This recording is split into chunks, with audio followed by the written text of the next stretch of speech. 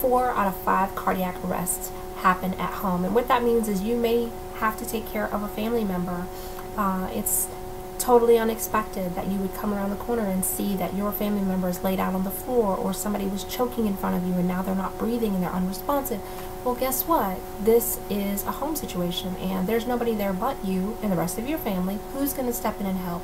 You need to be that person. You need to be trained with CPR and AED training. Hands-only CPR is CPR done only with the hands to the chest. That's chest compressions. No longer do we do mouth-to-mouth on adults. It's not necessary.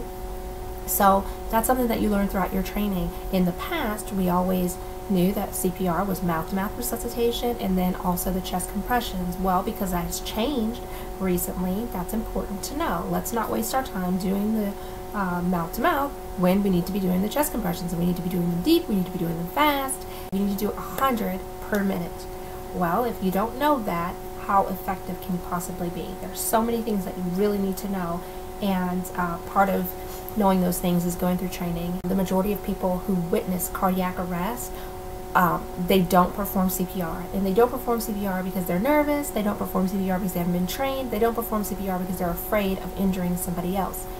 Hello, would you rather somebody die in front of you without you lifting a finger to help them, or would you rather run the risk of possibly injuring somebody? You need to be confident in trying to help. Be confident in what you know. Heart disease is the #1 killer of Americans.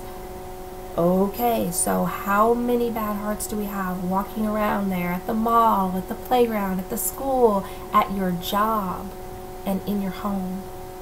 What happens when you encounter somebody that has cardiac arrest in front of you? What are you going to do, right? What are you going to do? The one thing I would suggest is be ready. I encountered my husband 3 times. He passed out, and I had to make a decision in that moment. What do I need to do? When you're not trained in CPR, you're not trained in any type of first aid, you don't know what to do. When a person is unconscious, you have to decide if they're unresponsive, when is the time to step in and help them out, right? If a person just passes out, most likely they're going to come around within the next 30 seconds to a minute. Well, in that case, you're going to leave them alone. But what if it's longer than that and they're still unresponsive? You need to step in and you need to start CPR. You need to learn CPR because you need to know how to do it, but you also need to learn when to do it because there is the proper time to do it. And there are a lot of differences in the way you do CPR on an adult to a child to a baby, and you're not going to do chest compressions with both of your hands on a baby. You actually use 2 fingers. 70% of adults do not feel comfortable in a situation when there's an emergency. They don't feel comfortable performing CPR, so that's a problem. If you're around and you have an emergency and those 70% of people are around with you, what's going to happen? Most likely you're going to die if nobody steps in to help you, right? So think about that for the future. The more of us that get trained in CPR, AED training, the more likely we are to save lives. You know, we're able to help people who need help. So I would suggest contacting your American Heart Association, and you can get in touch with American Heart Association on the web at www.heart.org.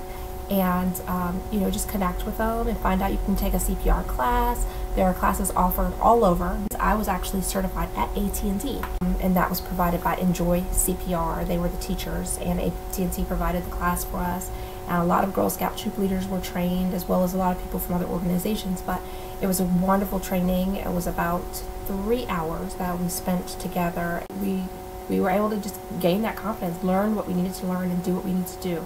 So I would definitely recommend CPR training for everyone, and I hope that you will take heed to my words. And if you don't have time to go and get trained right away, there's a video in the post that can help you understand, you know, what you need to do as far as hands-on CPR, which is something that, you know, the least you can do is this to try to save a life. So thanks so much for watching. I'm Tanya Sanders from the Chatty Mama.